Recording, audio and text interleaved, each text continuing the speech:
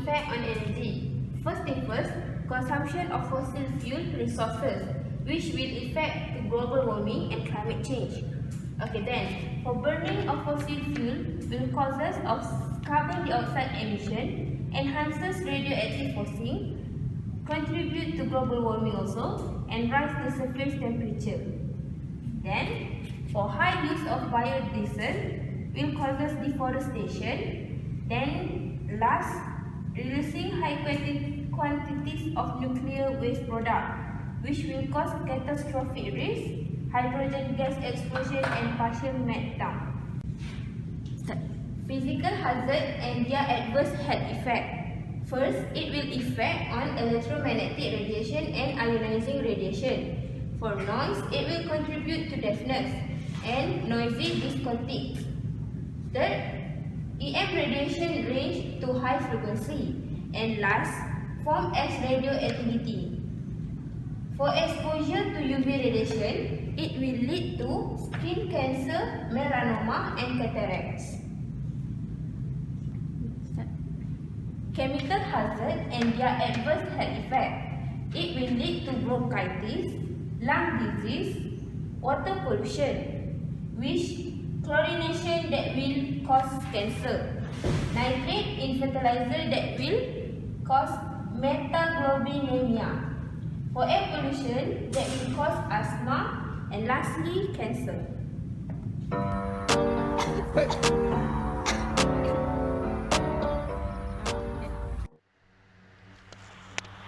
Atmospheric pollution.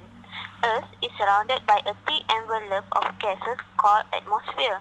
Atmosphere is divided into different layers depending upon the distance from the sea level. The nearest region, which extends to the height of about 10 km from sea level, is called troposphere.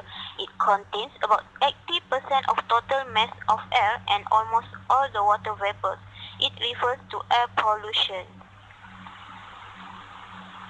The region above the troposphere between 10 to 50 km is called stratosphere. The stratosphere contains gases like nitrogen, oxygen, and ozone. It refers to ozone layer and its depletion. Tropospheric pollution. Tropospheric pollution occurs due to the presence of undesirable solid or gaseous particles in the air. There are two types of pollutants which causes tropospheric pollution: gaseous air pollutants and particulate pollutants. Gaseous air pollutants. There are oxides of sulfur, nitrogen and carbon, hydrogen sulfide, hydrocarbons, and other oxidants. Particulate pollutants. Particulate pollutants are the minute solid particle or liquid droplets in air. These are present in vehicle emissions, smoke particles from fires, dust particle, and ash from the industries.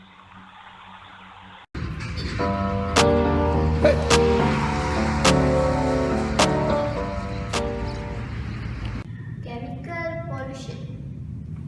For the definition of chemical pollution is when chemicals are released into environment and disrupt the balance of our health, polluting the air we breathe and contaminating. There are four sources that lead to chemical pollution. Agriculture. Use of chemicals and pesticides. Excessive use of fertilizer can lead to water pollution. Chemicals seep into ground and contaminate soil, water and food. Transportation. Contribute to air pollution. Give off carbon dioxide as burn fossil fuel in form of petroleum. Carbon dioxide emitted contribute to global warming.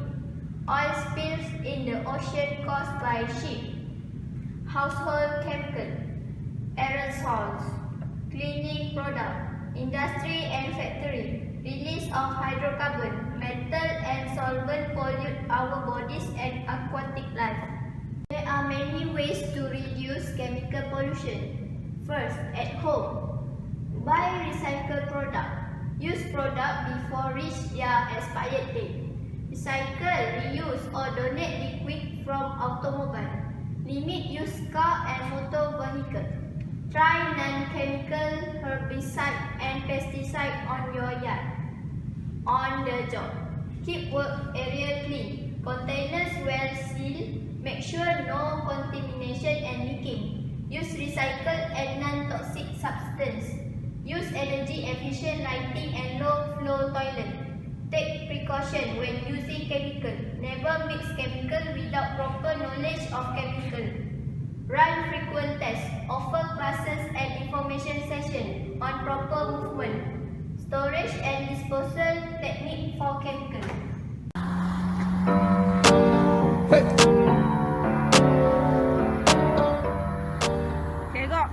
What are the physics behind global warming?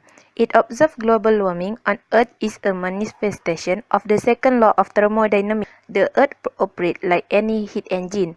Input heat from solar radiation and exhaust heat. In this case, terrestrial radiation largely determines the operating temperature or global surface temperature over geological period.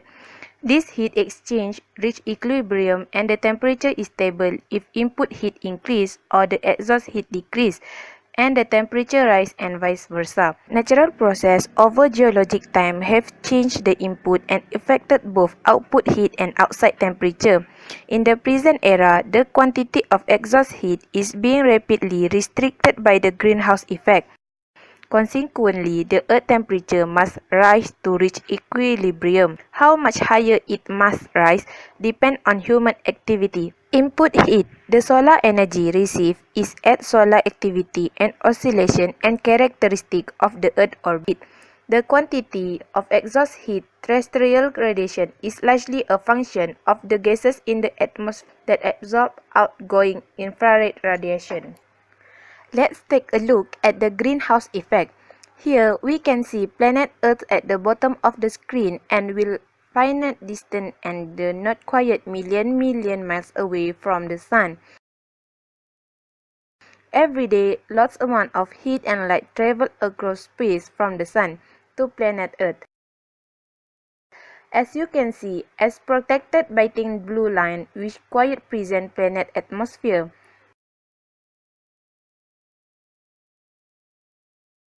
Now, some of the heat from the sun and some harmful ultraviolet rays are filtered out by atmosphere. So, as we can see in this close-up, the sun rays hit the atmosphere and most of them pass through the atmosphere and heat up the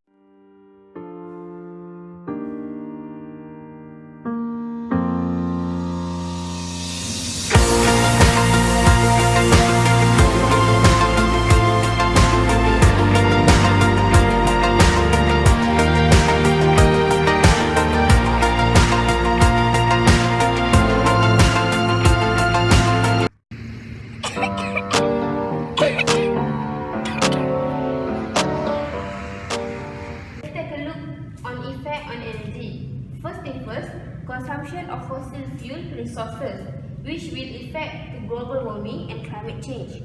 Okay, then, for burning of fossil fuel will causes of carbon dioxide emission, enhances radioactive forcing, contribute to global warming also, and rise the surface temperature.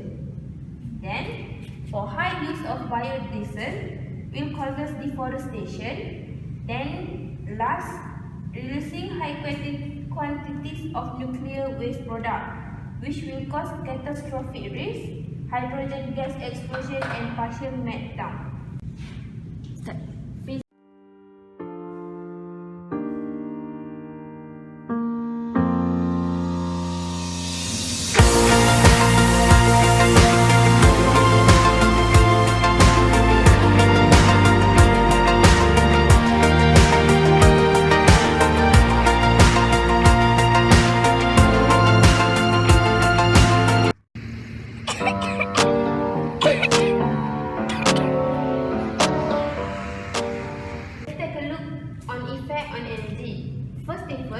Consumption of fossil fuel resources, which will affect global warming and climate change. Okay, then, for burning of fossil fuel will causes of carbon dioxide emission, enhances radioactive forcing, contribute